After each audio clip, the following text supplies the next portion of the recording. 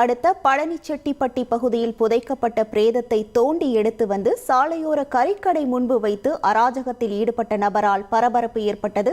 இது குறித்தான முழு விவரங்களோடு இணைகிறார் நமது செய்தியாளர் சிவசபாபதி. வணக்கம் சிவசபாபதி, இந்த சம்பவம் தொடர்பான முழு விவரங்கள். தேனி மாவட்டம் பழனிச்செட்டிப்பட்டியில இருக்கிற மயானத்துல வேலை பார்க்கிறவரு குமார். இவர் காலையில பாத்தீங்கன்னா சங்கீதா மட்டன் ஸ்டால் அப்படிங்கிற ஒரு கடையில போயிட்டு ஒரு கிலோவுக்கு மேல கறி கேட்டிருக்காரு. கறியினுடைய விலை மிக அதிகமா இருக்கிறதுனால கறி இலவசமா தர முடியாது அப்படின்னு சொல்லிட்டு அந்த மாயான பணியாளருக்கு சொன்னதுனால அவர் ஆத்திரத்துல என்ன செய்யறாரு, அருகில் இருக்க ஒரு சுடுகாட்டுக்கு போய் அங்க 4 நாட்கள் முன்பு புதைக்கப்பட்ட ஒரு குளத்தை தோண்டி எடுத்துட்டு கடை முன்னாடி போட்டுட்டு போயிடுறாரு.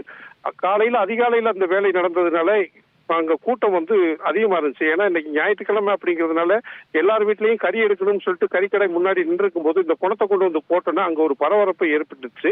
இதனால போலீஸுக்கு தகவல் கொடுக்கப்பட்டு போலீசார் உடனே அந்த குணத்தை அப்புறப்படுத்தணும் அப்படின்னு சொல்லிட்டு பழனிச்செட்டிப்பட்டி பேரூராட்சிக்கு தகவல் கொடுத்தாங்க. பழனிச்செட்டிப்பட்டி பேரூராட்சி இது குறித்து எந்த நடவடிக்கையும் எடுக்காதனால போலீசாரே ஒரு ஆம்புலன்ஸை வரவழைச்சு அந்த குணத்தை எடுத்துட்டு போனாங்க.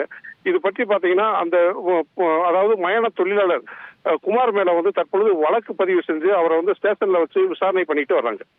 உங்கள் விவரங்களுக்கு நன்றி சிவசபாபதி.